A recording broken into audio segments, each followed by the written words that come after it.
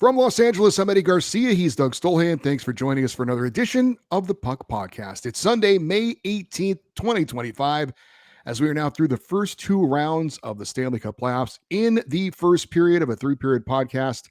Some of you are watching right now on YouTube. We're going to recap the opening, actually not the opening, the closing of the second round of the Stanley Cup playoffs. Also have some hockey headlines to discuss, a couple of coaches being hired as well. Second period, we have an interview with Zach Martin. He is the host of Locked On Hurricanes. Doug's going to talk to him about the Canes making it back to the Eastern Conference Finals. Spoiler alert. And in the third period is our fan feedback segment where we read listener emails and have our off-ice report about what's going on in our lives. You can catch all three periods on Apple Podcasts, Spotify, and wherever you get your podcasts. And if you like what you are seeing, check out our YouTube channel. Hit subscribe and like and all that kind of stuff to get notified when our latest shows are out. I think if they like what they're seeing, they're already checking out the YouTube channel. But if you like what you hear, by all means, 5-star recommendations. Eddie and I have been doing this here podcast for 19 years, every single week. And we cover all 32 teams equally. We've been members of the NHL media for combined 40-some years. So we've seen a lot of hockey. We've covered the Stanley Cup, the draft, the NHL 100, and many, many games all in person, and are hoping to be covering the draft later this summer as well. But we start every show with the big story. And of course, when you're in the second round of the playoffs, that's where you start things off. And for that, I turn it over to my friend and co-host, Eddie Garcia. And we will begin, and in some respects end, with the series that started it all off and finished it all off. And that would be the Florida Panthers taking on the Toronto Maple Leafs. When we last left you, the series was tied at 2-2. Toronto had won the first two games at home by scores of 5-4 and 4-3. Florida came back to win games 3 and 4 on their home ice, 5-4 in overtime and 2-0. By the way, one of the big things we talked about on last week's show from this series, we had the cheap shot by Max Domi of the Leafs on Alexander Barkov in the final seconds of Game 4, and Max Domi was punished with a $5,000 fine. So he would obviously be able to play in the Game 5 coming up. I know that there's not probably any motivation to do this, because why would they? But do you think there's any discussion of increasing the maximum fine? It's a percentage of their salary, right? It's not? No. Maximum is like $5,000 some dollars. I thought it was a percentage of their salary. No. I don't know. I mean, he got fined $5,000. Now, I'm not saying I could do it easily, but I could pay a $5,000 fine if I absolutely needed to. And I'm not making millions of dollars a year. Yeah. Well, why do we see fines sometimes that are such strange amounts and they have like 17 cents and stuff like that? I assumed it was some kind of a that's when salary. They're suspended. They will forfeit X amount of dollars because they were suspended. That is a per game check that they're getting. Okay. So that is a percentage. But when they're actually being fined rather than suspended, the maximum they can be fined is $5,000 some dollars. And that's an absolute joke. It's literally like fining you and me $10, if that. And if I can get away with ridiculous behavior and I have to pay a $10 fine and then go about my day, I'll give you straight cash, homie. I'll give you the $10 in advance. Yeah, especially these days. You can't even buy like a meal for $10 from like fast food. Right. So it's but again, the players, these are negotiated in the CBA, and why would the players want to increase the fine? Why would the league want to increase the fine? There's no appetite for it. It's an absolute joke of a punishment. And for him to intentionally go after a player, he does not get the benefit of the doubt because he's a past offender. He's not some choir boy that's won the Lady Bing in the past. His last name is Domi, comes from a long line of rectums. It's ridiculous to fine him $5,000. That's not punishment. There's no lesson to be learned there.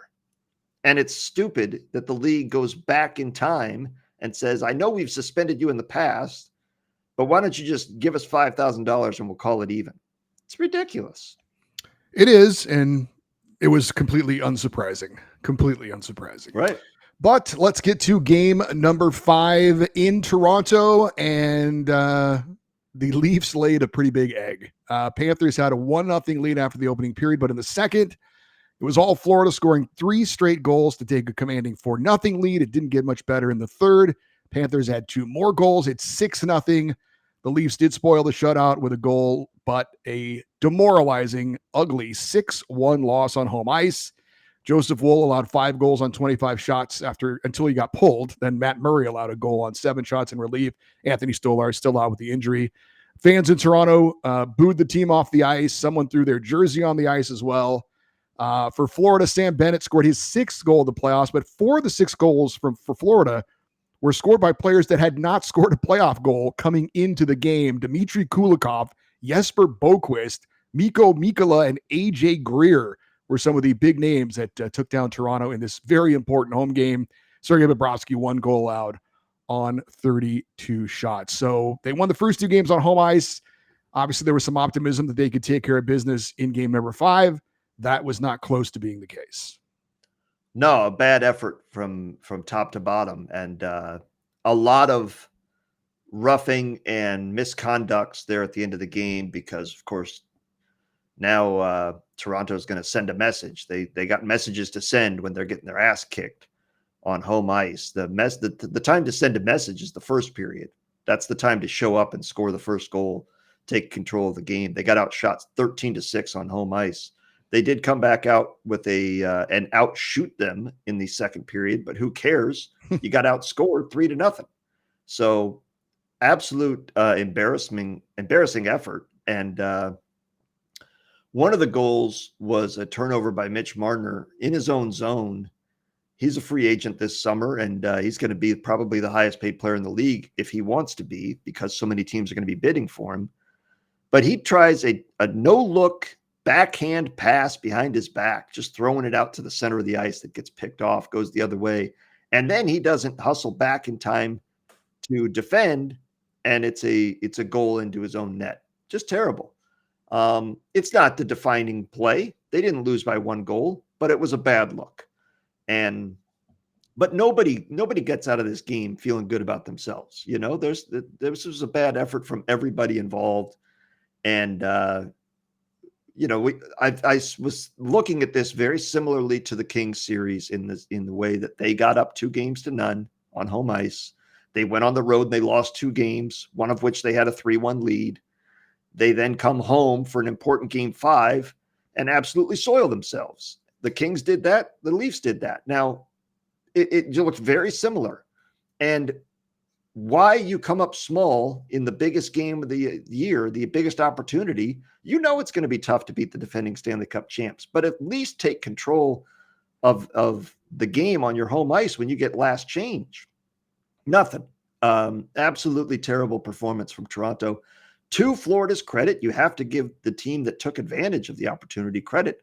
They played great, and they came in hungry. They had won 2 straight. They made it 3 straight. They looked dominant. And we're not betting people, but you'd be hard pressed to find anybody that believed the Leafs were going to come back and win this series. There were not many people that thought they could even force a game 7. I mean, this looks like an absolutely awful effort, but we saw bad effort from the Kings in game 5. They came back and played a very good game 6 on the road. They lost anyway. We've seen that from other teams in this series. Spoiler alert, Winnipeg. So it was not beyond the realm of possibility that they could come back. It just was unlikely. And the best players have to be the best players, of course, but also your depth guys have to do something. And they're just not getting anything from anybody in this game. And with Stolarz out, they had no choice but to go back to Joseph Woll for a must-win game 6 in Florida. Yeah, and I was certainly one of those people that did not expect much in game 6, not only because it's Toronto, but because it's Florida. And this is the defending Stanley Cup champs, and they know how to close out a series. With that in mind, we go to game 6 back in Florida. Obviously, a must-win situation for the Maple Leafs, and the defending champs looking to close that on home ice. We would have a scoreless first period and a scoreless second period. In the third, Austin Matthews would score his first goal of this playoff series that gave the Leafs a 1-0 lead. Max Pacioretty added a second goal, and Joseph Woll was very good in net, a 22-save shutout, his first postseason shutout.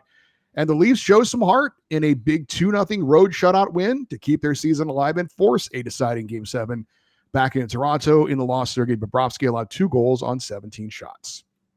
I do want to bring up a couple of things here. And one is it was almost the reverse of this. Like we saw in Game 5, Toronto on home ice come out flat and look awful. Florida had 2 shots in the first period in a potential closeout game on home ice. That was 2. I mean, you get 3 TV timeouts. So that's 3 opportunities for Paul Maurice to gather the troops and say, hey, I'm looking at the score sheet here and I don't see any shots. How about next time somebody has the puck in the offensive zone, you throw it on net? Let's just see what happens. You know, God forbid the guy misplays it. It's Joseph effing Woll in there, not Dominic Hasek. Let's test him. No, 2 shots in the first period. Now they come out in the second period after he probably peels some paint off the wall and throws a trash can, and they outshoot him 12-6. Okay, we're back in it. But no opportunity to get that lead and then sit on it. And Austin Matthews, nice shot, well placed from him. Marner with the assist, so the star players come through there, and then they get the other goal from Pacioretty. But the other thing I want to point out in this game is there were 6 power plays. The teams went a combined 0 for 6, but there were 6 power plays. Let's keep that in mind as we look forward to Game 7. Well, also real quick for me for Game 6, it was 0-0 in the third, but it seemed like Florida was it was almost like the Panthers were like, yeah, it'll happen for us. It's the Leafs. I don't know, who's going to do it, but somebody will do it. And it was like they were all waiting around for somebody else to do it, and nobody did it. Just that's the way it felt watching that for me. And Austin Matthews finally scores a goal, and the Leafs get a big game. So we go to Game 7, which just I will say one thing before we go to Game 7. Another thing, we've given a lot of coaches a lot of feces this postseason about their bench management. Oh, how can you not roll 4 lines? You got to play your whole depth. Paul Maurice wasn't playing his 4th line at all. Jonah Gadjevich had 5 minutes. AJ Greer had 6 minutes. He was rolling 3 lines, and he was playing his top pairing on defense the majority of the night. Now, that didn't backfire on him. It didn't wear him out, but it's indicative, whereas everybody for Toronto had over 10 minutes of ice time. So, and only one player played 20 minutes, or 2 players, Mitch Marner and Simone Benoit. So bench management to Craig Berube, well done. You got a fresh team out there. And he, to his credit, in a must-win game, he rolled his whole lineup. You would think if either coach is going to shorten the bench, it's going to be the guy that needs his star players out there as much as possible. Get him back out there. What are you saving it for? You got time to rest if we lose. No, he played his whole bench. So credit to Craig Berube for that. And a huge game for Joseph Woll after playing not a great game in Game 5, but nobody did. As you said, a shutout, his first one. Huge game for him in that one. So we go to Game 7, the only Game 7, spoiler alert, of the second round, and it just wrapped up a few minutes before we came to record this show. Scoreless opening period, but the second period, very similar to Game 5, the Panthers scored 3 goals in a span of 6 minutes and 25 seconds. Seth Jones, Jonah Gadjevich, and Anton Lundell with the goals. Jones also had another goal waved off on a goalie interference, and I don't know that I agree with, but whatever. Absolutely should have counted. Yeah, I thought he got taken down, and it went off his skate after he was taken down.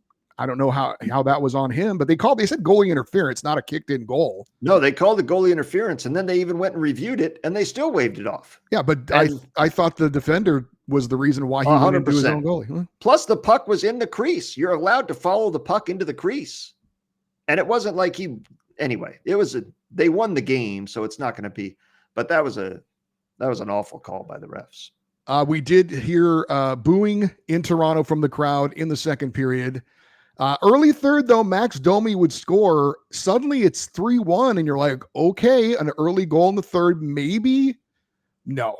The Panthers scored almost immediately. A redirect of a shot from Eetu Listerainen made it 4-1. Sam Reinhart would score later off a faceoff, although no one in the U.S. saw it because TNT was showing a replay. And we hear Eddie Olczyk saying, "Oh, the guy just went in the net on the faceoff." And we're like, "What are you talking about?" So we didn't even see that, but it's 5-1 at that point. It didn't matter. The booze returned. Brad Marchand would score into an empty net to finish it off, and the Panthers win easily. 6-1. Sergei Bobrovsky had 2 goals allowed on 21 shots, one goal allowed in the victory.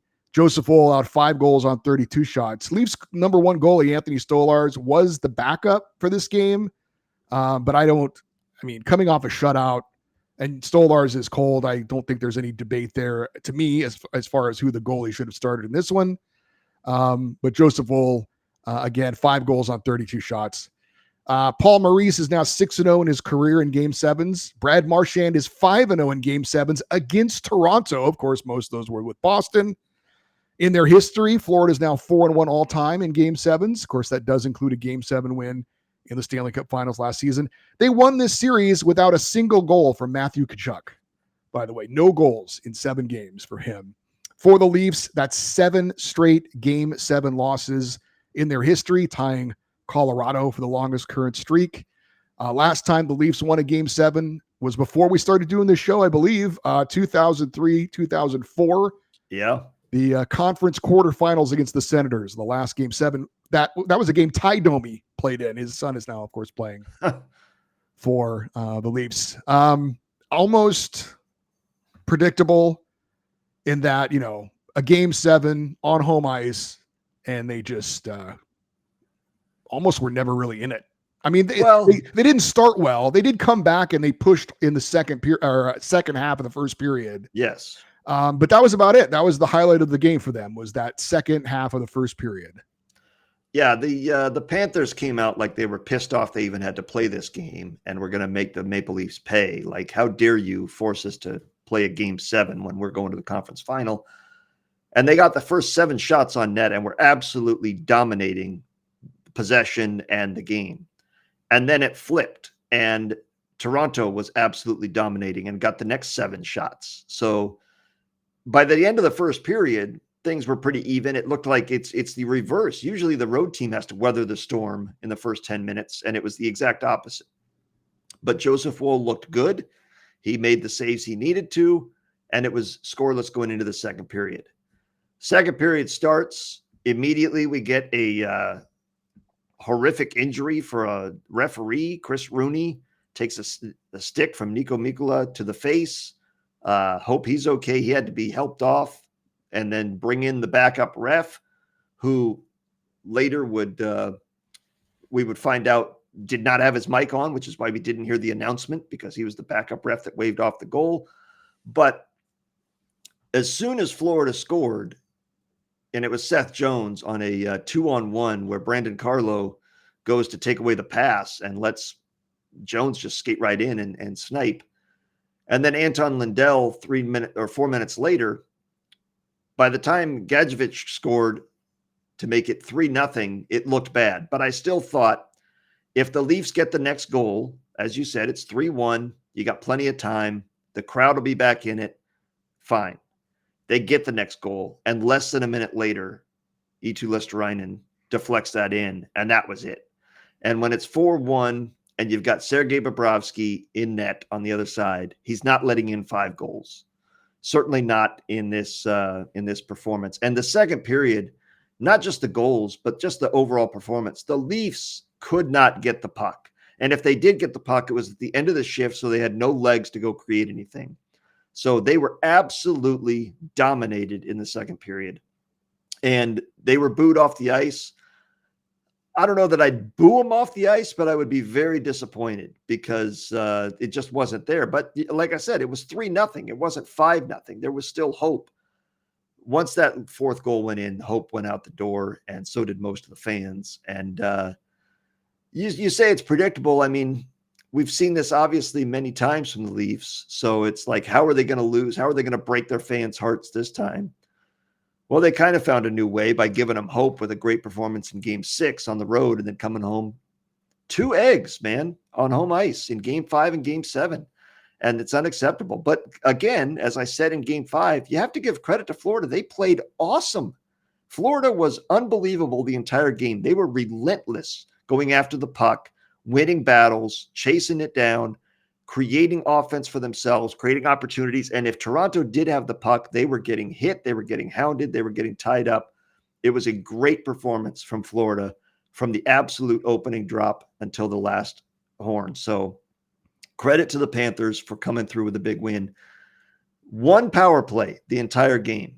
This was not a clean game as far as like watching it. There were violations. I saw rules broken, but these refs decided we're not calling it. And it wasn't the only game that they decided that. So, but again, to blame Toronto is only half the story. Yes, they could have come out and matched the Panthers.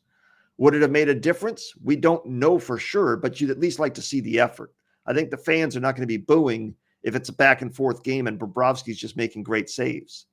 But when you don't even see shots, when you're getting outshot 28 or 26-12 on home ice in a game 7, that's not acceptable. And these fans, although you say, oh, the fans paid a lot of money for these tickets. That's on them. Nobody put a gun to their heads. You know the Leafs history. You're going to pay $5,000 a ticket. There's a good chance you're leaving disappointed. So to his credit, Justin Bieber stayed throughout the entire game, saw him behind the Leafs bench, but where's he going? He's got his limo. He looks absolutely ridiculous in that fur hat. But it's brutal for the Leafs because it's the end of the season. It may be the end of an era with this core. That may be the last time we see Mitch Marner in a Maple Leaf sweater. Probably the last time we see John Tavares in a Maple Leaf sweater. Like a lot of teams around the league, like Minnesota, like your Kings, like a lot of teams, they're making the playoffs and they've tried different things and nothing's working. We've tried new head coaches. We've tried bringing in star players. We've tried bringing in depth players. We've tried new goalies. We've tried new GMs. Nothing changes the results. So what do you do now? And with Matthews or with Marner and Tavares potentially leaving, I actually think it could help the Maple Leafs, because if you go into next season with a very clear 2-star player system like we see in Edmonton, and Edmonton's back in the conference final, the star players are Nylander and Matthews. That's who the offense is going to run through. That's who the power play is going to run through. Spend your money on depth players. Build up that middle 6 and bottom 6, the defensive depth. Build that up. Goaltending, wherever you would think you need to spend it. But it's the end of an era, and it's sad for Toronto because they've had hope every year that this year is going to be different, and it never is. And you have to wonder, will it ever be different, or is this team just going to be that team that never fulfills its potential despite having some of the best players in the league year after year after year? And you said credit the Panthers, also credit GM Bill Zito. I thought the 2 best players on the ice in this game were 2 guys he picked up late in the year. Seth Jones, the defenseman, who could have had 2 goals, ended up with 1 goal and assist. And Brad Marchand had a goal and 2 assists. Those 2 guys were really good in this game 7. 100%. Marchand was exceptional. He did not look like an old man nearing the end of his career. He was outworking every single Maple Leaf on the ice, every shift. And Seth Jones, you're absolutely right. We're going to talk about that in the second period with our Zach Martin. Zach Martin, thank you. And about GMs, the importance of the off-ice people in an organization's success. And this is absolutely an example of it. They may not get to the game 7 without those players, much less win the game 7. Seth Jones started it off, and it was a snowball from there. All right. You mentioned Stolars, by the way, and you would have gone to Wall. I'm fine with starting Wall. I would have pulled Wall after the 3rd goal. You got to try something different. Get your starter back out there. One, it's a free timeout to give your guys, Craig Berube, a chance to talk to the troops at the bench. And 2, give them a different look. Give Stolars a chance. Maybe he stops the bleeding at 3-0 and pitches a shutout from then on. We don't know. But the third goal, or excuse me, the second goal was pretty brutal. He just threw it. It was a bad rebound. Lundell was right there to pop it in. So that was a bad goal. But when it's 3-0, I think at that point you got nothing to lose. You got half the game to play. You're down 3-0. Why not try Anthony Stolarz in net at that point? All right, let's move over to our next series, and we're going to talk Hurricanes versus Capitals. When we last left you, Carolina had a 2-1 series lead. Washington won the first game 2-1 in overtime.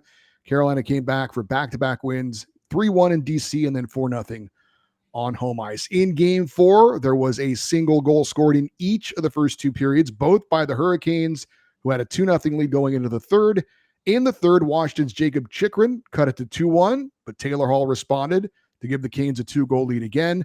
Alexander Ovechkin scored his first goal of the series on the power play, cut it to 3-2, but Carolina would respond on a goal by defenseman Sean Walker. Empty net goal seals it, and the Hurricanes skate off with a 5-2 victory and lead the series 3-1. Carolina 5-0 on home ice at that point this postseason. And Frederik Andersen, a strong game, allowed 2 goals on 21 shots. Logan Thompson allowed 4 goals on 37 shots in the loss. The absolute consistent relentlessness of the Carolina Hurricanes is something to watch. When you see this team, they are efficient. They come out and outshoot Washington 13-8 in the first period. Second period, they outshoot them 12-7. And the third period, they outshoot them 13-6. It was exactly the same period and tempo that Carolina wanted. They dictated this game from the beginning. And I was impressed with their ability to control. Washington, obviously the best team in the East during the regular season, has a lot of star players that have had a lot of success in the playoffs, but they were not finding the space or the time to create their offense and dictate the terms. I thought Carolina did a great job with their team defense. It's not an individual defense, but the team defense did a great job. And as you said, every time Washington tried to get something going, Carolina had an answer fairly quickly as well to take the momentum back and give them a comfortable lead. On to game number 5, a must-win on home ice for the Capitals. Two teams would exchange goals in the opening period. Jordan Staal for Carolina, Anthony Beauvillier for Washington. After a scoreless second period, we would go late into the third. Looked like we were probably going to go overtime, but Andrei Svechnikov would score from a bad angle, put it on the net. Good things happen, or in the case of Washington, bad things happen. Seth Jarvis would then score into an empty net to seal it, and the Hurricanes pull out a 4-1 victory. In the win, Frederik Andersen, 1 goal allowed on 19 shots in the loss. Logan Thompson allowing 2 goals. Or excuse me, was it 2 or 3? He allowed 2 on 21 shots. 2 on 21 shots. But the 2 goals he did allow were both not good goals. Stoppable goals, I would say. Andrei Svechnikov's game winner, his 8th this postseason. And for the Hurricanes, rookie Alexander Nikishin made his NHL debut in this one as Jalen Chatfield was hurt. 23-year-old expected to be a very good addition to the team's future, but got in the game. And it's always interesting to make your NHL debut in a potential closeout game in the Stanley Cup playoffs. But the Hurricanes make it to the conference finals for the second time in 3 years under head coach Rod Brindamore. Unfortunately, they have yet to win a game in the conference finals, 0-8. The last time they won a game in the conference finals when they won the Cup in 2006. For Washington, top team in the Eastern Conference out before the conference finals begin. Yeah, and that's going to be a theme over in the West as well. So, but again, you just look at this was a very tight game, very defensive, and it seems like Carolina is very comfortable in that. For Washington, looked comfortable as well. It's just who's going to get the break. And you mentioned it. Logan Thompson blinked, basically. He made the mistakes. Freddie Andersen did not.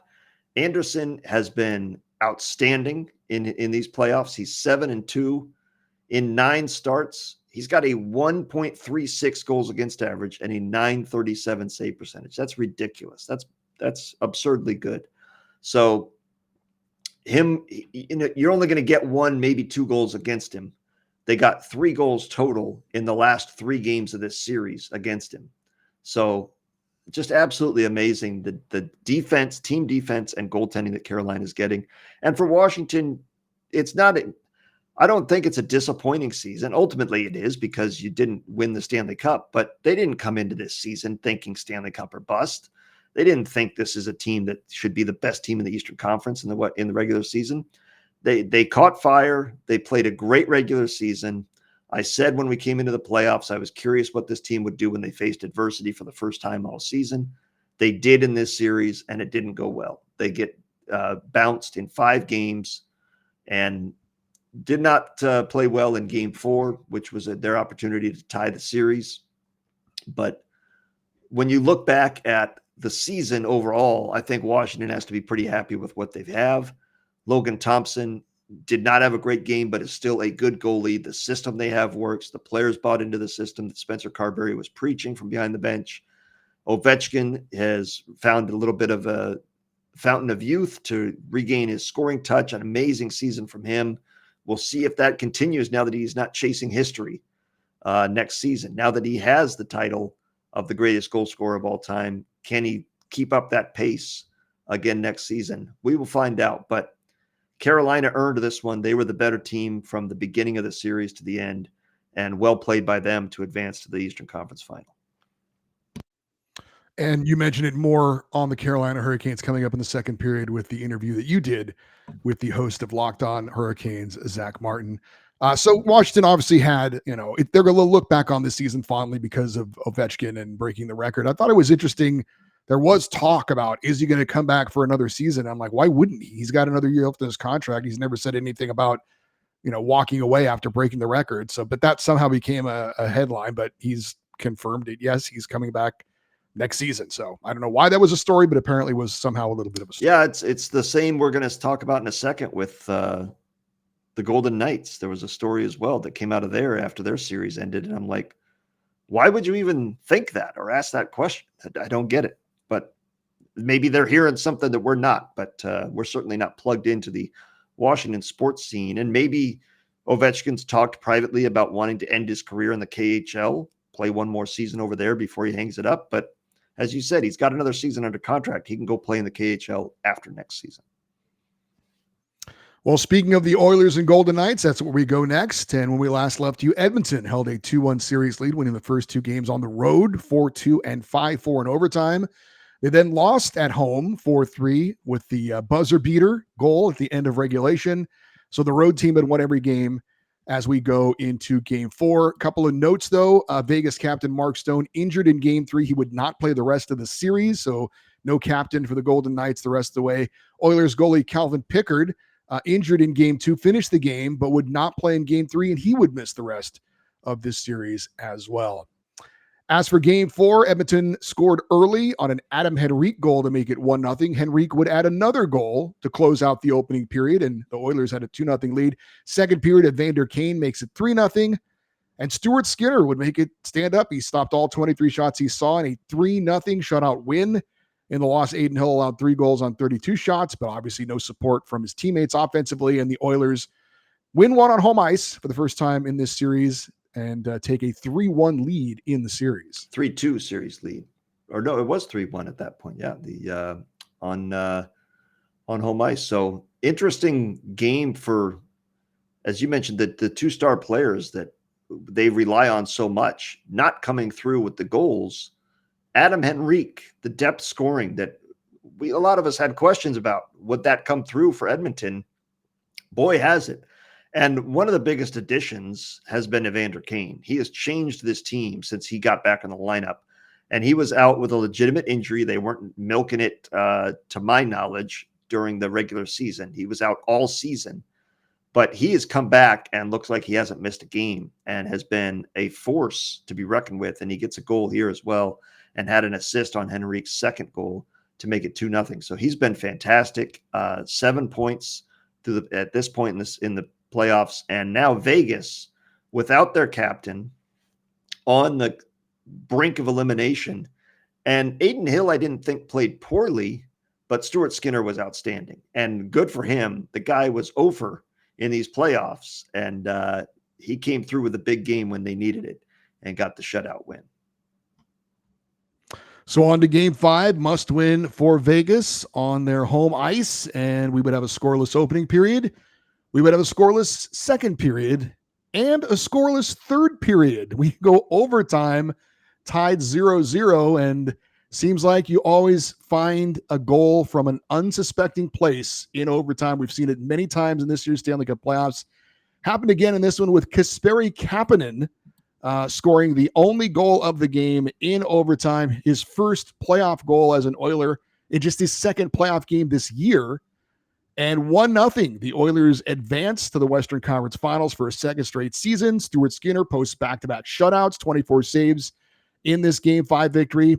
Adin Hill, tough luck loser for Vegas, allowing just the one goal on 29 shots, but obviously no support once again from his teammates. And so Vegas, the Pacific Division champs, who had the second most points in the Western Conference this year, out before the conference finals. Yeah, and I wanted to mention after in Game 4, but wasn't really relevant, but it is here, so I'll bring it up. Kasperi Kapanen draws into the lineup for Victor Arvidsson, who had been playing the entire playoffs up until that point. And those are the kind of minor things that you don't really think about too much until it pops up and he scores the game winner in overtime. And it was a dirty goal, meaning greasy, getting down in the, fighting for a loose puck at the side of the net and battling for it. Clean goal. There was no controversy of it. His first goal of the playoffs, as you mentioned, only his second game of the postseason, and the last two are his first two games. So obviously huge a moment for him. But again, playing the entire roster is Edmonton, and Vegas shortens their bench. We see Cole Schwindt playing 5 minutes total in a overtime game. Tanner Pearson 7 minutes. Keegan Colasar 9 minutes. So you got forwards. You're basically rolling 3 lines against a 4-line team for Edmonton, and Edmonton could afford it because they had the games in hand there. They had 3 opportunities to close out this series. But for Vegas, it feels like a missed opportunity because they had home ice advantage. They were the better team in the regular season.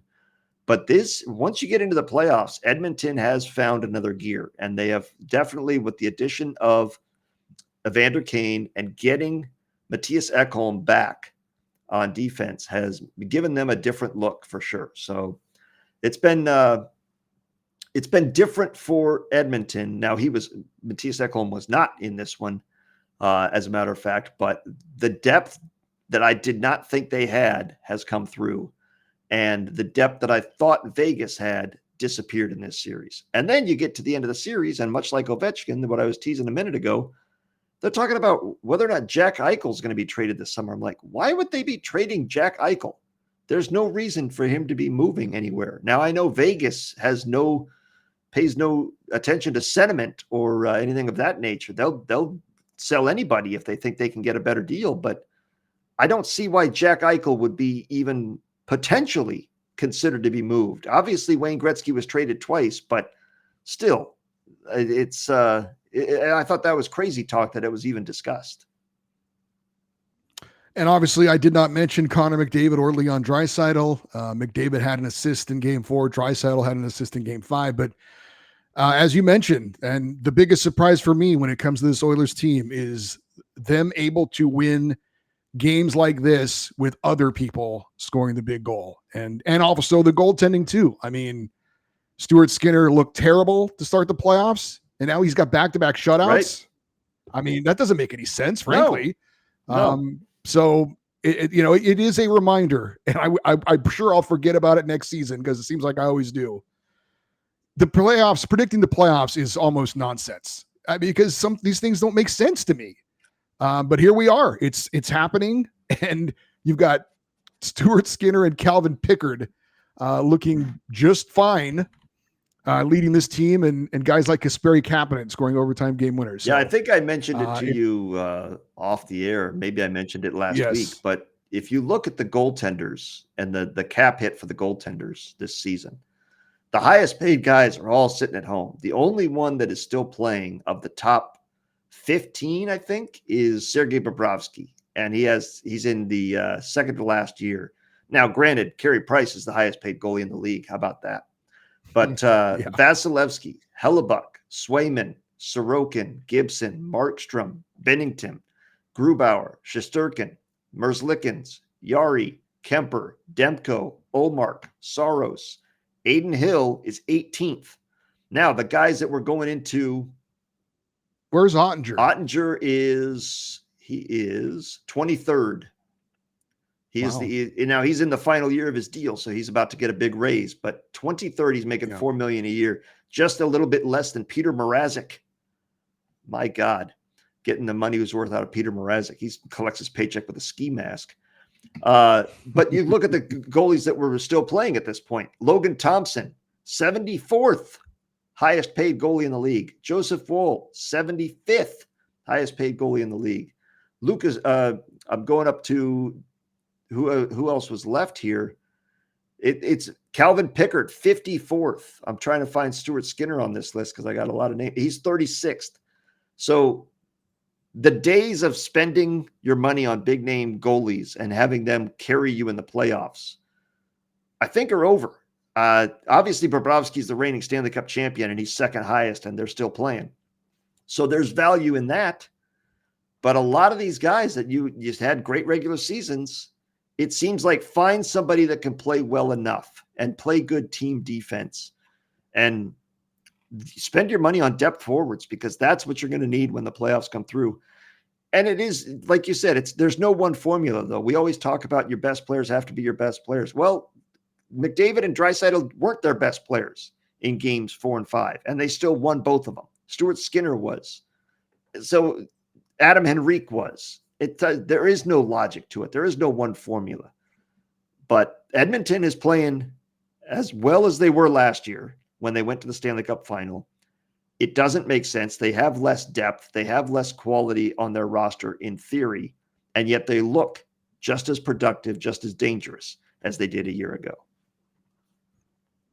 All right, one final series to wrap up. That would be the Jets against the Stars. When we last left you, Dallas had a 2-1 series lead, winning games 1 and 3 by scores of 3-1 and 5-2. Winnipeg took game 2 4-0. Big news for the Stars in this one, as standout defenseman Miro Heiskanen would make his postseason return. He had missed all the playoffs at this point and at the end of the regular season with an injury, but he would be in the lineup for game 4 for the Dallas Stars. And for the Stars in game 4, they would strike first. Mikael Granlund, one of their late additions to the roster, had a power play goal, the only goal of the opening period. So the Stars had a 1-0 lead in game 4. Early in the second, the Jets' Nikolai Ehlers would tie it up, but Granlund would respond with his second goal of the game to reclaim the lead at 2-1. In the third period, Mikael Granlund wraps up the hat trick with his second power play goal of the game, and Dallas gets a 3-1 victory. Jake Ottinger, 31 saves in the win. Connor Hellebuck, 3 goals allowed on 24 shots to extend his and his team's road losing streak to 9 in a row at that point, as Dallas now led the series 3-1. I didn't think Hellebuck played poorly in this game, but 2 power play goals is the difference, and keep that in mind, as there were 7 total power plays in this game, and only the Stars took advantage with 2 on 4 opportunities. So Ottinger was better, and they've been calling it. They've been chanting it in Dallas every game of this series. Otter's better, and that goes back to the Four Nations when he was benched and Connor Hellebuck got the start, and they, of course, did not win gold, the USA, in the Four Nations. So it'll be interesting to see. Those 2 are both American goalies. They're going to be on the Olympic roster next year, almost assuredly, if they're healthy, and I would think maybe Otter does get the chance, especially if the game's not in Winnipeg, because Connor Hellebuck's road woes, man, I don't know what the deal is, but he didn't play poorly, but the results are the same, and the loss is the loss. And now you're facing a 3-1 deficit against a team that just got Miro Heiskanen back, has Jason Robertson back, has a great goalie, and has been to the conference final 2 straight years. So very difficult task for the Winnipeg Jets. All right, we would move on to game number 5 in this series. The Jets taking on the Stars and this is a must-win game, obviously, for Winnipeg. Scoreless opening period in this one. Am I doing this right? I think I may have made a Mark mistake. Scheifele. Did I get that right? The leading goal, or the first goal. Yeah, that's right. Scoreless. There we go. Thank you. Scoreless opening period. First goal of the game, second period, thanks to Mark Scheifele, only goal of the period. So it's 1-0 Jets after 2 periods. Going into the third, Nikolai Ehlers, Vladislav Nemestikov both score power play goals. And then Nikolai Ehlers' second goal of the game into an empty net would seal a 4-0 victory for the Jets. So they stay alive. And obviously Connor Hellebuck turns aside all 22 shots that he sees in that win. For Dallas and the loss, Jake Ottinger allowed 3 goals on 34 shots. But obviously Hellebuck getting it done in this one. He's been, pretty good at home. The road has been a little bit of a different story, but he was certainly as good as he needed to be in this one. And the Jets would keep their season alive and force a Game 6 in Dallas. I'm going to look up the splits real quick here because I think he's been more than good at home. He's been pretty solid, but on the road, it's been absolutely atrocious. And well, in the St. Louis series, he was beyond atrocious on the road. In this series, he's been okay. Right. Correct. On the road. Just that losing streak, it becomes a story in and of itself. As you talked about last week, you can't bench a Vezina winner and a presumed Vezina winner this year and a Hart Trophy finalist this year. You can't bench him on the road just because the guy hasn't played well. So you gotta put him back out there. But it's and look, if Winnipeg takes care of their business on home ice, they don't need to win on the road. But you have to be perfect on home ice, and they haven't been in this series. They lost one of the first 2 games. So you go into, in fact, they lost the first game. So they immediately gave away home ice advantage. They knew they needed to win one on the road. And now they did force the Game 6, so they preserved their season. And on the road they go for another must-win game. But you mentioned Mark Scheifele. He had a goal in this game. There were also, by the way, I want to point it out, and you'll see why I'm pointing this out in a minute. There were 9 power plays, and you mentioned 2 power play goals for Winnipeg in the third period that put the game away and put it out of reach. Keep that in mind as we go into the third or into the Game 6. Well, in game number 6, obviously, again, a must win for Dallas. This time they got to get it done on the road and snap that road losing skid. But the big headlines going into Game 6 was something very unexpected and very sad. We found out earlier in the day that Mark Scheifele, the captain of the Jets, his father, Brad, passed away unexpectedly during the night. Scheifele, though, would play in Game 6, said that's what his dad would have wanted. So that was certainly a story going into game number 6. One correction on that, Adam Lowry is the captain. Oh, thank you. Thank you. That is correct. Thank you very much. That is right. Scoreless opening period. Very important player there for the Winnipeg Jets, Mark Scheifele, but not the captain. Scoreless opening period in this one, but Mark Scheifele would score the opening goal of the game to the delight, I think, of everyone that's not a Dallas Stars fan. To make it 1-0. That was in the second period. Sam Steele, though, would respond for the Stars, and we would be tied 1-1 after one period. We would have no scoring in the third period. So again, tied 1-1.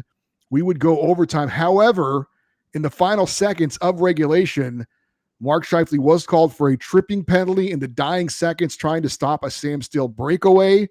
Dallas was awarded a power play, as Doug is no doubt going to talk about more. That was the only power play of the game. First penalty called was in the final seconds of regulation. So they have the intermission. They get the ice scraped, come out, a minute, 46 seconds of power play time to start overtime for the Dallas Stars. And Jets looked like they were going to kill it off. They had a couple down to the final seconds, but in the end, defenseman Thomas Harley would score on a one-timer to finish the game. And on that one power play, the Stars get the goal and win it by a score of 2-1.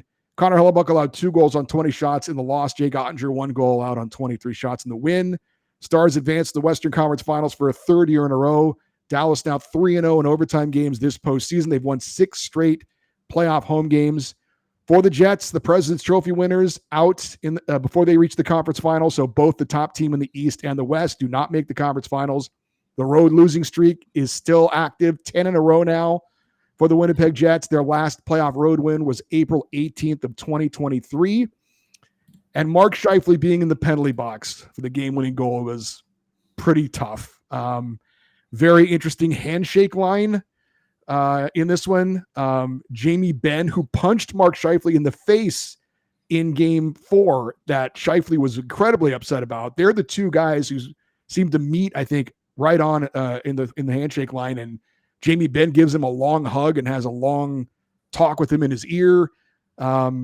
Mason Marchment had a very long embrace with Mark Scheifele. His dad suddenly passed away, former NHLer. I think it was right before the NHL draft a few years ago. So he had something personal to say to him. And just the hugs for Mark Scheifele from Connor Hellebuck after the game. It was a long embrace, to say the least. It was pretty emotional stuff, I thought. Sometimes sports is an amazing drama, right? He scores a goal, and then unfortunately it doesn't have the Hollywood ending as he's in the penalty box. Although the penalty he took was certainly not, he's trying to prevent a breakaway. It's one of those penalties you almost have to take. But wild scene. Obviously, it was a compelling game. For it to end the way it did was interesting, but just the whole storyline with Mark Scheifele involved as well was certainly a big part of that game. Yeah, before I get into anything else, good on him for even playing and then playing as well as he did. I'm sure it was, once you get out there, you're focused on the game. It's the distraction from the grief of losing your dad. And suddenly, and the players, it's a little bit different than it was in the old days because of the dad's trips and the mom's trips, that you get to know the players' families during the season. And over the years, Scheifele's been there for many years. I'm sure his dad's been on many trips and many events when met many of the other teammates. So they all know his dad, and the impact was there. And I'm sure they all wanted to do what they could to help him win this game, themselves win this game, force a Game 7 back on home ice. Would have been great. Him scoring that first goal was fantastic. And I think even Stars fans had to think, look, I'm not happy they scored, but if anybody was going to score on us, at least let it be him. To their credit, Stars fans donated over $55,000 to Mark Scheifele's charity. So good on them for doing that. And a great game from Connor Hellebuck. He made some fantastic saves to keep the game scoreless, as did Jake Ottinger. This was a absolute goalie duel. That save he had on Mason Appleton. I don't know how he made that save. I don't know if he knows how he made that save, but just a scramble situation where you're just throwing your body and hoping to take up as much of the net as you can, and it got a piece of him. There's a lot of net to shoot at, and he was able to save that one. Appleton also did not exactly pick his spot. He threw it to, you threw it to the far post when you got the entire net to shoot at, and gave him a chance, but he came through with it. So absolute goalie duel, and beautiful game to watch. Loved it. My problem is, of course, as I've been alluding to the entire time, that there was one power play the entire time, and it was the end of the game. Now, Francois St. Laurent and Dan O'Rourke are the referees for this one, and they clearly decided we ain't calling dung the entire night. There were 54 hits from the Winnipeg Jets in this game, 26 from Dallas.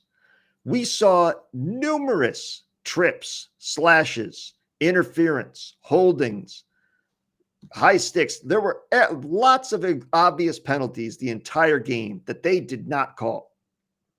And yes, it was an obvious trip on an obvious breakaway, but you put that whistle right up your ass and you do not blow that thing. You haven't blown a whistle all night. You're not blowing it now. You decided you didn't want to be the outcome. You were going to let the players decide it. Then let them effing decide it. To call a penalty in that situation and give the team a power play after you haven't given anybody a power play all night in a tied game, absolute unacceptable for me. I would have lost my mind if I was Scott Arniel that they called that. I get it. It's an obvious penalty. You have to call it. But there were plenty of obvious penalties that they have to call, and they didn't the entire game. So for them to all of a sudden be like, well, we got to call that. No, you don't, because you haven't called anything all night. You said the players could decide it. You didn't let them. You didn't give Winnipeg a single power play opportunity. And you can't tell me Dallas didn't break a single rule the entire night. Come on. So I thought that was absolute chicken bleep that they would let that decide the game and the series and be the end of it. And for Scheifele to be sitting in the penalty box on the road when his team's series and season ends after the day he's had was brutal. He's sitting there listening to the place going bananas. He's by himself. He's got his head down. The camera crew stayed on him waiting. I'm sure they were saying, hold for tears, hold. He might look up in a second. He didn't. How he kept it together, I don't know, but I hated that penalty call, and I understand it was an obvious penalty, but there were plenty of obvious penalties they did not call for both teams. The Stars should have been given an opportunity to be on the power play earlier in the game as well. You called penalties on both teams throughout this series. Suddenly you're putting the whistles away, but at the end of the game, we're suddenly going to call it. I hated it, obviously. And I hated it more that it cost Winnipeg the season or the series. Not, obviously they could have killed it off, and it was a great shot from Thomas Harley. He absolutely put it perfectly above the diving defenseman who was trying to block the shot, under the bar, over the glove. It was perfect. But the fact that one power play the entire night, and as you said, fresh ice, fresh legs, time to draw it up how you like it in the locker room. I hated that, and shame on both of them for calling that penalty. Any other final thoughts before we take a quick look at the conference finals, which are now set? Yeah, I mean, let's look at you mentioned the top teams in both conferences. All four division champions are out. You had Vegas, Toronto, Washington, and Winnipeg all won the division. All had home ice advantage in the second round, all lost. Now, they all made it to the second round, but they all lost. And so now we've got teams that finished second, third in their division advancing to the conference final. They deserve it. They played better, but it just shows that the regular season is just to get you to the playoffs. It's a fresh start once you get there. Anything can happen. We talked about it's not a failure of a season for Washington. It absolutely is for Toronto. It's the kind of thing where there's going to be much hand-wringing, and I'm sure Leafs Talk is, God help the people that run the phone lines on Leafs Talk, because for years now they've had to listen to this parade of woe is us. Believe me, there's a lot of teams that would love to change places with you and have a chance in the playoffs every year with star players. I get it's disappointed, but there's still hope. But this is, I think, a failure of a season for Vegas as well. They had a very good team, a very good opportunity with home ice advantage against the team that they finished 2 spots ahead of in the standings. They only won 1 game in the second round. Winnipeg, I find it hard to call it a failure of a season, because at the beginning of the season, I don't think we looked at them as being elite. But when you win the President's Trophy and you have the dominant season that they had, and Hellebuck specifically had the dominant season that he had, it's hard not to look at this as a missed opportunity and a disappointment. It's hard to come out of this and say, well, we've still got a great team. Let's try again next year. Because do you have any confidence that Connor Hellebuck is going to figure out his road issues? We talked about some teams in the NHL this year that had road issues, but a goalie, he had no problem on the road during the regular season. Suddenly we get to the playoffs and the guy can't win. And he looked like absolute garbage in the Blues series. So what do you do with that going forward? Because he's obviously the best goalie you have. You're not going to trade him. He's going to win the Vezina. He could win the Hart. So you can't move on from him, but it's also, do we have confidence in him? And where do you change if you're Toronto, if you're Vegas, if you're Winnipeg? How do you adjust going forward? I think, and I know there's urgency because we're only 6 weeks away from free agency and 5 weeks away from the draft. So there's not a lot of time, but I think I would caution all 4 teams that lost in the second round to take a minute, take a couple days to let it marinate and really get it. Don't make an emotional decision and see where you want to go. If you're going to fire a GM, fire a head coach, make some roster moves, and then make a decision with a clear head. And after you've talked about it, and I'm curious with the free agents. Nikolai Ehlers is a free agent. Mitch Marner is a free agent. John Tavares. You and I have talked about this in the past. I mean, we've talked about everything in this damn sport for 19 effing years when we do it every week. But we hate the fact that teams can start making roster moves while other teams are still playing. So now that the Leafs are gone, do they trade Mitch Marner to somebody that can then sign him to an 8-year deal? Do the Jets trade Nikolai Ehlers? Because you letting those assets walk this summer for nothing is unacceptable. And yet You couldn't make a move. Now, the Avalanche did. They were proactive. They said, we're not going to be able to sign Mikko Rantanen. Let's get something for him. They were proactive. It didn't work for him ultimately, but they do have something long-term with Marty Necas, a very nice player. But do you think Mitch Marner is traded before the end of the Stanley Cup final? Nikolai Ehlers traded so that the new team can sign them to an 8-year deal and the Leafs and Jets get something in return for them. I would not be surprised if that was the case. I would not be surprised. I mean, that's Brendan Shanahan's phone, the GM of the Leafs, right? His phone's got to be around. Hey, sorry about the loss, but you're looking to move on. Keep us in mind here in NHL City XYZ. You know, I mean, there's got to be interest, and there's got to be people that are looking to make their moves. And but it does feel like the end of an era for Toronto with that core group. And it's going to be broken up for the first time now. They've been talking about it for years of maybe we need to make a move. Now I think that'll be forced. And I did think of I got an idea for where not Mitch Marner, but John Tavares may end up. And I don't know that they have the cap space for it, but I think the Colorado Avalanche is a perfect spot for him. They've been looking for that second line center since Nazem Kadri left. And if he's willing to go there and be the second line center, I think that could be a great fit.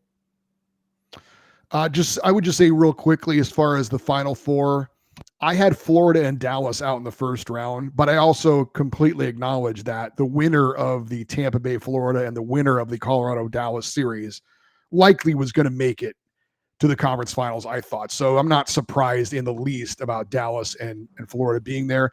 Not really surprised too much with Carolina, but we talked about it earlier. I'm pretty surprised the Oilers are there, even though I know they went to the finals last year. With that goaltending, with the depth not being there as it was a year ago, I'm pretty surprised that the Oilers are back, even with those two superstars. Edmonton's the one kind of, I would have to say, for me, is the surprise of the Final Four. Agreed. I had Edmonton losing in the first round, Dallas losing in the first round, and Florida losing in the first round. So, as did I. Yeah, I mean, but note to future self, mark the tape, and hopefully I listen back to this before the playoffs next season. At the 1 hour, 2 minute mark of the first period, the end of the regular season doesn't mean anything. Yep. Dallas looked like dog feces at the end of the regular season. Florida didn't look very good either. Florida didn't look good, but they're still a good team. But it was more the matchup there. I just liked the way Tampa was playing more than Florida. I liked the way I thought the Kings would be motivated to beat Edmonton, and Edmonton didn't look like they had the depth. And you look at a guy that's a Vezina finalist in Kemper against Calvin Pickard and Stuart Skinner. It's a no-brainer, and yet it's not. And so, but with Dallas, I really thought they are playing terrible. They're without Robertson and Heiskanen. The Avalanche are going to get Gabriel Landeskog back. How do they lose this series with McKinnon and Necas and Makar? And they did. I don't understand it. And that's why we love sports, is all the logic in the world doesn't matter. It's performances. It's who comes through with the hot game and momentum and unpredictability of pro sports. I absolutely love it. This is a great Final Four, man. Dallas, Edmonton in a rematch of last year's conference final should be an absolute doozy with Heiskanen back now. And he looks firsthand. He looks like he's playing great hockey. So he's fully back.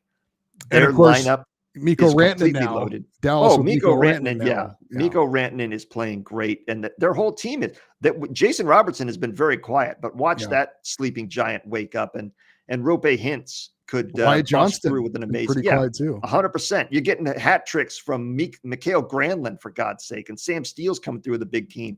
He's a former Duck. I wasn't sad when he left. He's been great, but. That is a fantastic matchup that I have absolutely no idea who's going to win. And even if I did make a prediction, it would be wrong. So I won't even bother. I did have Carolina in there just because I wasn't a believer in Washington all season as being an elite team. But I certainly didn't have Florida. I had them losing the first round. But now that they're there, man, I mean, we're going to talk about it with Zach Martin in the second period. But Carolina has made it look so easy so far. Now, granted, They played the Devils, who were injured and limping into the playoffs as well. So that wasn't a tough test, but they beat the Capitals and made it look easy in the second round. And so And I'm not putting anything past them. they've been undefeated at home. They're very good at home, and they have home ice against Florida. So just keep that in mind. Yeah. And but man almighty, what a series it'll be between both of these. I think Florida, with the championship pedigree, the coaching behind the benches of these teams, Pete DeBoer, Paul Maurice, are longtime friends. It would be an amazing story if they were to meet in the Stanley Cup final. And if they go to a game 7, somebody's got to lose for finally That's between right. those two guys. But I would also love to see a Carolina Edmonton. I mean, seeing what Carolina has done defensively and in net has been very impressive. And we're going to talk about it as well as Zach Martin about how a lot of people have called them the boring team. They don't play a fun style. Winning is fun. Ask Carolina fans. They're having a effing blast right now. And you can go up and down the ice all you want and score 6 goals. If you're going to lose 7-6, that's not fun. So Carolina, I don't know who's going to win. I don't even have a prediction. I can give you one just for the sake of saying what I think is going to happen, but I got a feeling Dallas finds a way. I got a feeling that eventually the goaltending will matter against the Oilers, and Ottinger's been amazing this entire playoffs. So I find it hard to believe that Stuart Skinner and Calvin Pickard will continue to play as well as they have, especially with the depth that Dallas has. So I give Dallas the advantage in that series, but Edmonton has proven me wrong each of the first 2 rounds. I picked them to lose both times. And in the East, how do you pick against the defending Stanley Cup champs that have proven they don't need home ice advantage in either series, and they know how to win, and they're getting great depth. We thought their depth was eroded after free agency last year, and they lost a lot of players. And they've added new players. As you said, the guys they added at the deadline, the guys they added in free agency, they're all coming through. Bobrovsky looks like big game Bob again. It's I would go with Florida and Dallas, but that's just a guess. You? Yeah, it's same. And I agree with everything you said. But I also would say exactly what you said. I've picked, especially for Edmonton, I picked against them 2 series in a row, and I've been wrong both times. So at this point, who knows? But yes, if I were betting my money, if you were asking me, I would say Dallas versus Florida, but we shall see. Hey, real quick, we had a couple of coaching hires. Rick Tocchet in Philadelphia was a surprise to literally no one. But that is official now, and his replacement in Vancouver has been named as the Canucks' elevated assistant coach, Adam Foote, the old Colorado Avalanche player, to be their next head coach. First time for him to be an NHL head coach. Yeah, it's as you said, the Tocchet is not a surprise at all. And I saw some reporters in Boston that Tocchet went and talked to the Bruins, right? And they said, you got to lock that guy in and not let him leave until he agrees to be your head coach. He had no interest. He was there for the free meal. Thanks for the steak. Thanks for the chowder. I'm out of here. I'm going to go be the Flyers head coach now. That was a done deal. While he was still the Canucks coach, we knew he was going to be the Flyers' next head coach. So some things are just too obvious, right? Right. And that was just too obvious. Yeah. I mean, the Flyers love former Flyers. And he's got a relationship with Keith Jones and Daniel Briere, the team president and the team GM. And it's just perfect. It's a perfect fit. So I like that hire for Philadelphia. And I have no real, I didn't consider Adam Foote as a coaching candidate for the Ducks, as a guy that I would love to see behind their bench. But obviously I give credit to Vancouver for not going with somebody that is a former Canuck or somebody that has a long-term relationship with them and their front office. They actually seemed like, of all the teams that have hired somebody so far, they actually did a process where they interviewed everybody and then hired the best candidate for the job based on those interviews, as opposed to just, who do we know? Pat Verbeek used to play with Joel Quenneville, and the two are still friends. He's the new head coach of the Ducks. Ken Holland is a friend and former GM of Luc Robitaille. I don't know that they interviewed anybody else. He's the new GM of the Kings. We see Rick Tocchet. I don't think they interviewed anybody else in Philadelphia. He's the new head coach of the Flyers. Now, Sullivan in the Rangers, that's just the best opportunity available. Now, what that leaves, though, is Peter Laviolette still sitting out there looking for a job. And you look at the jobs available, none of them are going to be very appealing to Peter Laviolette. He's used to winning cups and competing for Stanley Cups. I don't think he's looking to go to Chicago. No. I don't think he's looking to go to Seattle. No. So, or Pittsburgh. And Boston, that is an absolute trapdoor job, man. That team is going to suck next year, in my opinion. And the expectations are they're going to be back in the playoffs. Any coach that takes that, buyer beware, man. They are not going to be good. It'll likely be someone who's never been a head coach before at the NHL level and can't refuse an NHL job, right? But I think it could be Laviolette because he's not going to want to sit around and do nothing. Yeah, I think he's under contract for a couple more years. I think he sits back, waits to see who gets off to a bad start. That's actually not that bad of a team, and he's back with a team that actually can do something. That's my guess.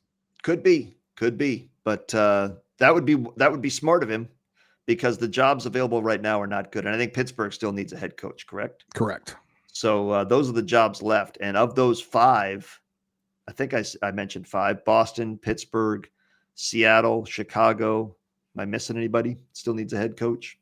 Somebody's screaming at the radio right now. No, I think that's it because Philadelphia was on the list and they're not. Okay. Not on the list so there were, so of those 4, then what's the best job? Do you think? Seattle, Chicago, Pittsburgh, and Boston. Seattle? I think so. I think they at least have a bright future and are on the come up. So, but no, it's, I like the hire of Adam Foote to see what he does and get an opportunity. He's earned the opportunity. I like the hire of Rick Tocchet. It's a perfect fit with their culture and their organization. I'm curious to see where the other teams go and if they are waiting for assistant coaches that are still working or just ended their season to go and interview them now. And do you think any of the teams that lost in the second round make a coaching move? Berube's not going anywhere. No. Cassidy's not going anywhere. No. Arneal shouldn't be going anywhere. No, he's not. President's Trophy. No, he's not going anywhere. And it's hard to believe Carberry's going anywhere. So none of those teams are going to make a move. No. Yeah. So it's we're getting to the fun time of the season where there's a lot of moving parts for teams. As I said, 5 weeks away from the draft, 6 weeks away from free agency. Fun time of year, but some teams making some moves and still some chairs to be filled. We still need a GM in Long Island, right? That's correct. That is correct. Yeah. Any other things that I missed, or is there any other news item that you wanted to bring up real quick, or is that all for the first period? I think that's it. All right. Then that will do it for the first period of our YouTube show and the first period of the podcast as well. But if you like this, you want to hear more from us, we still got 2 remaining periods of our podcast. Search Puck Podcast on Apple Podcasts, Spotify, and wherever you get your podcasts. If you are listening to the podcast right now, the second and third periods are coming right up. If you're watching on YouTube, I'm Eddie Garcia. He's Doug Stolhand, and we'll talk to you next time with another edition of the Puck Podcast.